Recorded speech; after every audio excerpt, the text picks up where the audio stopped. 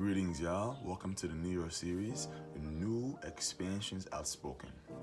Today's question comes from a TikTok commentator by the name of Sunny. And Sunny's question is, how does one stop people pleasing? Sunny, you asked the right guy. Sunny, and all audience members, welcome to PPA, People Pleasers Anonymous.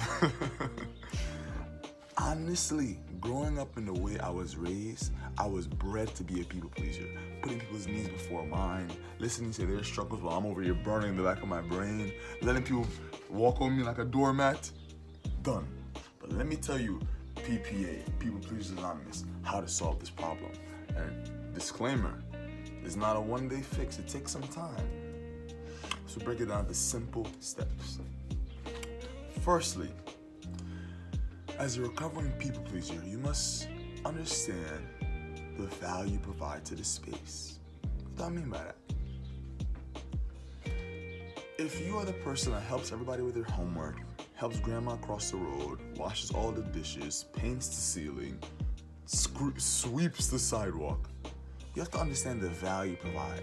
If you were to take yourself out of the equation, all those things would take more time to get done and someone had to be found to replace them.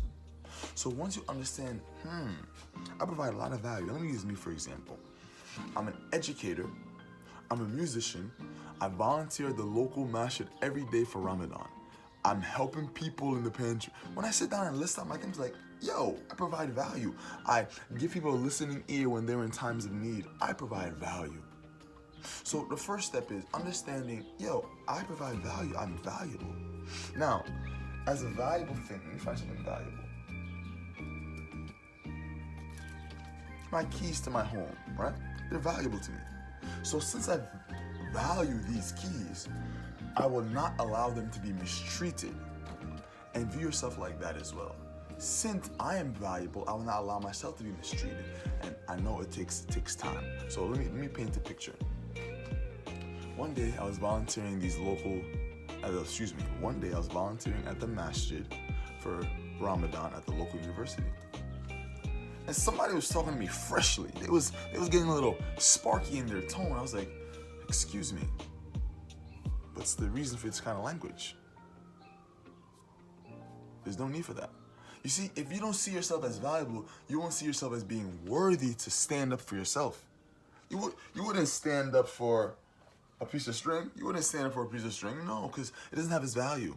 Well, you don't see that at least. But for the keys to your home, you'll stand up for its value because you know that it's valuable.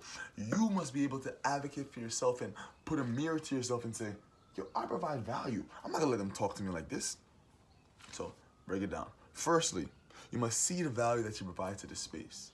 And secondly, once you see the value you provide to the space, stand on your square and understand, I won't let people deal with me in this manner.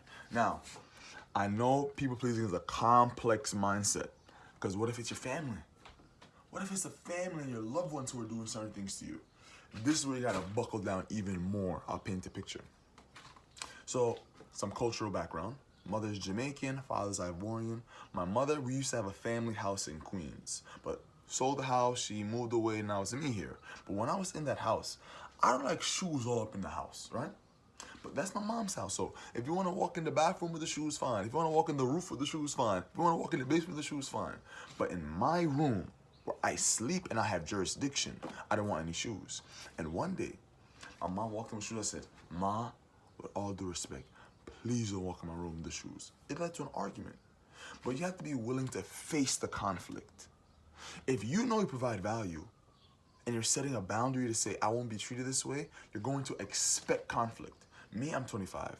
If I've been giving people leeway for 23 years, and then on my 24th year, I'm saying, here's my line, they'll be like, what's going on? They're gonna push back. So when you're setting boundaries of self-respect as a reformed people pleaser, you must understand that people are gonna be like, who the heck is he? Now, back to that story of my mom and the shoes in the room. I said, Mom, please don't have shoes in the room. It led to argument. But the next time, she didn't bring the shoes in the room. So, recap again.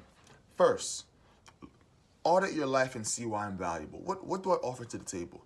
Second, lay boundaries and laws of saying, I'm not gonna deal with certain things from people if I'm providing value. And thirdly, me not say 30, let's say 2.5.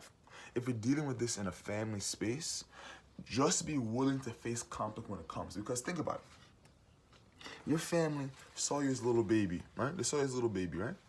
And now you're this person saying, hey, I don't want you walking with shoes in my room. You'll be like, who the heck is this guy? Who does he think he is? But you're entitled to that self-respect. I learned this quote in a book. You are not the property of your parents. You are merely the transportee through your parents. You merely transported through them. So, next to it, you must be able to accept boundaries from others. That's the caveat. You see, many people be like, yeah, I'm a reformed people pleaser. No more people pleasing. But then they start being jerks to others and disrespecting boundaries. It can't work like that, bro. So, if you said, okay, I see my value, I advocate for my boundaries, and when it comes to the family and loved ones, I'm like, we're not gonna do this. But then when someone else lays a boundary, respect it, cool. So that day with my mom, when I laid that boundary, at first she didn't like it, but then she conceded.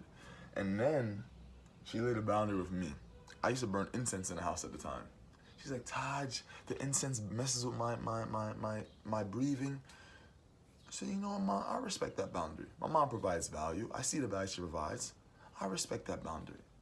So, recap, final version. Firstly, see the value that you provide. Go through your life and say, I provide value X, Y, Z, A, B, C, D, E, F.